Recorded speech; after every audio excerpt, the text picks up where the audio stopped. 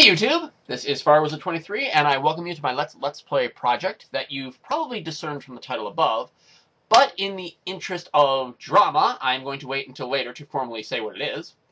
Before we even begin, I have to give a major shout out to a YouTube user, DraggyDuck, who, without his efforts, this Let's Play would not be happening. He is the complete reason I have gotten the technical aspect of this game to work, because what you're going to watch right now is DOSBox recording the live play of this game.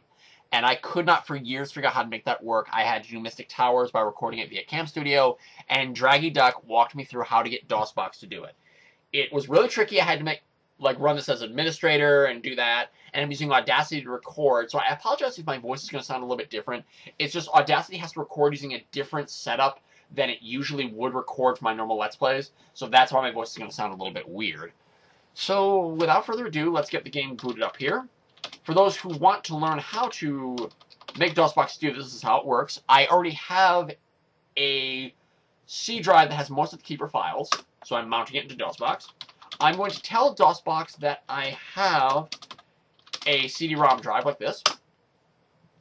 Call it Drive D. And I am going to switch to the C drive I've mounted, go into the keeper folder there, and type in keeper.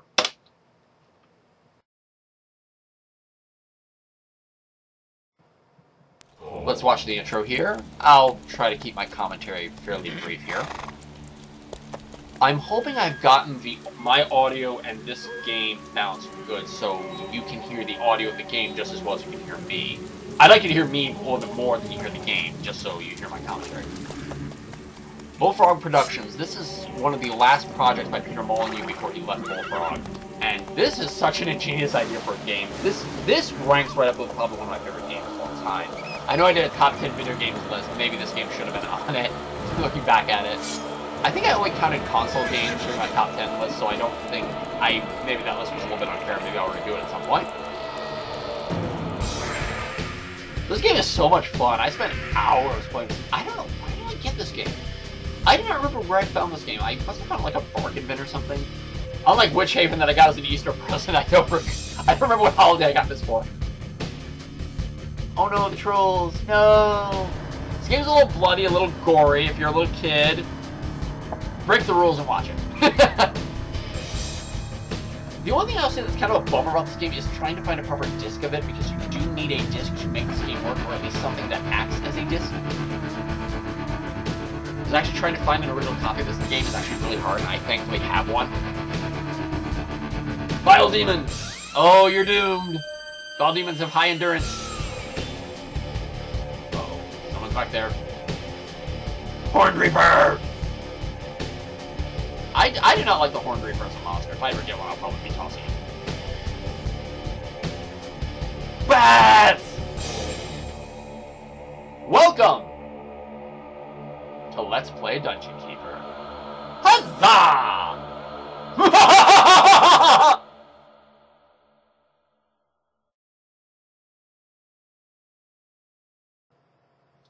So welcome to the game startup screen. We could continue an existing game of something we'd played previously. Like, if I had just stopped playing, it would just bring me right back to that point. Load a saved game, play multiplayer on serial, modem, or IPX. Ooh. But somebody apparently did figure out how to make two DOSBox games on two computers in two different locations work over the internet and play multiplayer. Somebody apparently did figure it out. Google it. It's so complex, but it is possible. There's the options. I did adjust the volume a little bit here. I'm hoping you can hear my voice a little better over the game. High score table, Bullfrog rules the day. But we should start a new game. Let's hear what we're going to be doing first. EverSmile. Set in the realm of joy, the people of EverSmile are plagued only by aching facial muscles, and not anthrax as we had hoped. EverSmile is a disgusting land of good humor and polite frivolity.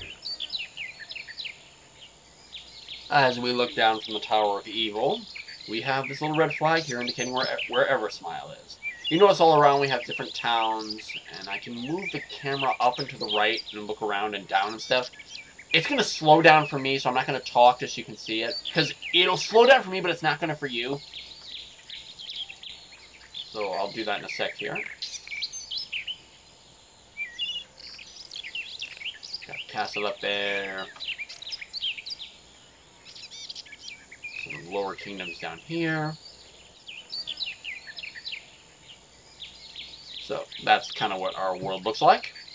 And let's head on to EverSmile.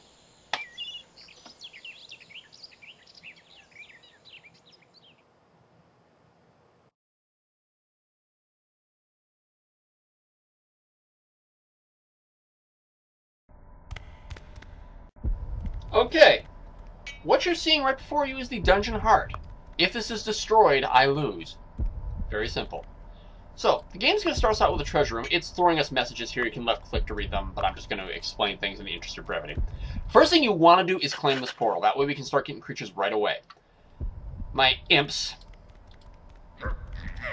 I can drop them near that digging area so they start digging. Slap them to make them go faster. Move! They start claiming the tiles there as mine, and then when it's connected to the portal, they do a little jig, and they're going to claim it. Those red flowers around the number, the red flowers are their life, the number is their level. So we now have a portal, so monsters will start coming to us. We'll see them here on the creatures panel. See, there's my imps, 3 of them. Let's have the imps dig out this gold here. I don't have a treasure room yet, so they don't have a place to bring it. There is a fly. There's the fly right there. He clocked in, but he doesn't have a lair yet, but he'll hang around for a little bit. He's not going anywhere soon. Right now. Let's drop the imps so they start digging.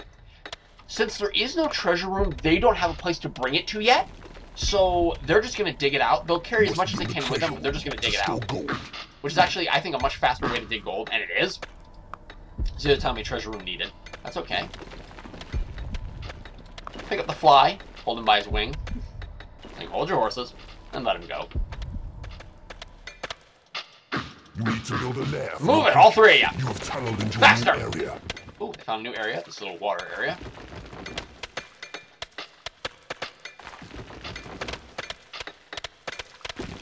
Imps are proprietary creatures. I believe their order is they will dig things out first that you've indicated, then claim area, and then take gold back to a treasure room, and then reinforce walls. Which, they do a similar motion to like what you saw with that, taking the portal, claiming it for me. And they'll make this dirt turn into something that looks like this. That way, heroes can't break through it, nor enemy imps. Notice how this also has a little red dot. Since I have red floors, that red dot shows it's mine. Oh, and he wants a lair, fine. First off, let's set up a treasure room over here. Square or rectangular rooms are the best for your room efficiency. See that little flag right there? That red number indicates the health of the room. Middle number indicates how occupied the room is with its kind of stuff, in this case gold. There's nothing. And the silver one indicates its efficiency. So this is a really efficient room because all the walls are reinforced. That really helps efficiency. This is a lair. Costs 100 gold apiece. Let's set up a nice little square lair over here, near that water. We do have a fly. Now we also have a beetle. Where's my beetle? Zoom in here. There's a beetle. He's gonna scurry in. Clocks in. See that little lair symbol over him? He's heading for the lair. The imps are grabbing that gold and taking it back to the treasure room. He's just gonna chill out for a little while. Awesome. But he's gonna be hungry. So we got a hatchery. But we don't have any more rooms, so let's dig another one. Pick up my imps. Drop them. We'll start digging this out. Flip around here. I apologize for anyone who gets motion sick really easily. I don't flip the camera too much, but just in case I need to see the angle. Also, I prefer to play in this 45-degree angle kind of view, this isometric view. A lot of people like playing like this, and I hate that. I hate looking at the game like that. It looks ugly. It's like what they try to do with like Banjo-Kazooie, Grunty's Revenge. I don't like how they set that up. Excuse me, claim the area. Thank you. Set up a square room to make some chickens. So they're gonna hatch some chickens and they'll walk around and then people can come, the monsters can come by and eat them when they're hungry. Which happens every so often. This is the research panel, and I can use it to create imps. 600 apiece. then 750 apiece. Note that it uses my gold up here, this number. That gold is the same as the magic power I'm going to use to cast my spells. So you have to watch that. We also have this spell, Possess Creature. This is where you can go inside a monster and control him. Like so. I'm now inside this imp. His name is Fog. It's kind of weird to use the mouse to move his eyes and use the arrow keys to move, but now we're heading down towards the portal here. Don't worry, you can't fall in. I'm going to intentionally use him to dig. He's also claiming the area as he goes by my control. You can also control monsters this way to kind of swing the tide of battle. Actually looking for something. Found it. Okay. There's a little area over here, and you need to be claiming it. Faster! Faster, imp! Faster! Claim one of those little red puffs of smoke. Because once it's claimed area, I can drop my monsters there, and that's why. I can pick up all my monsters, I can hold 8 at most, and drop my beetles and flies. I collected more of them as time went on. This is why I want to dig out to this area, because I knew this where these guys were going to come from. Those are diggers, even though they kind of look like dwarves. They can actually dig this dirt out. They were going to try to dig around my dungeon, trying to find a weak point. And where they would have found was that area near the water. They could have broken through the water and breached my dungeon. So we killed him. I can pick up this treasure. Head to the rooms panel. I can right-click on the treasure room, get to the treasure room, drop it off. And I have more money.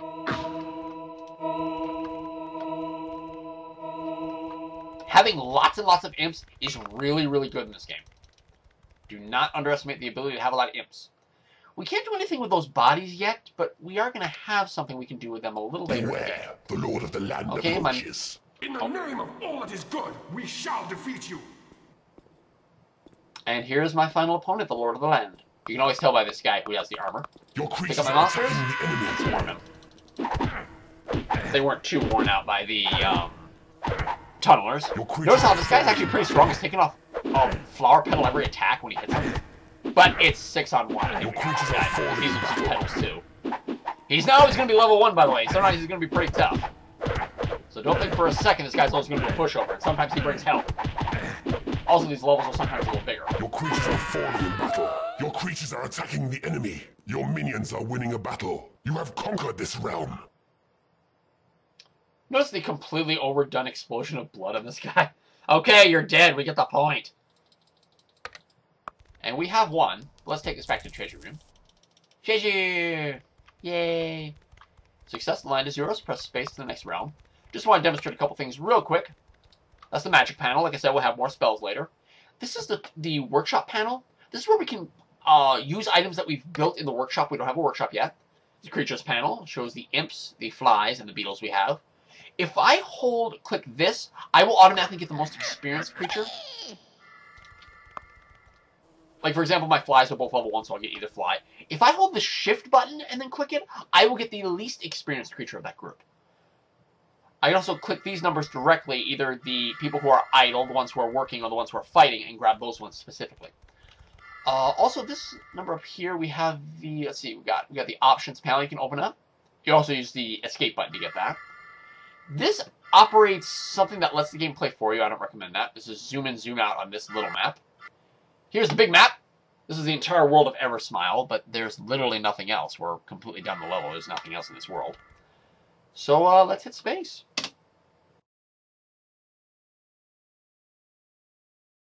Branahawk.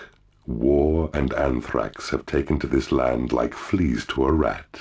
The region is, thanks to your unstinting efforts, now a major eyesore. So we get this little recap of just certain things that we did in this level, as well as how many creatures we got, efficiency, time, style rating. Not really that important, but if you're a points hog, there you go. How we ranked on the score table, we didn't hit the top 10. So that's going to do it for this episode of Let's Play Dungeon Keeper. I hope you enjoy. There's 20 levels to this game. I'm going to play through them all. This is FireWizard23. Take care. Bye-bye for now.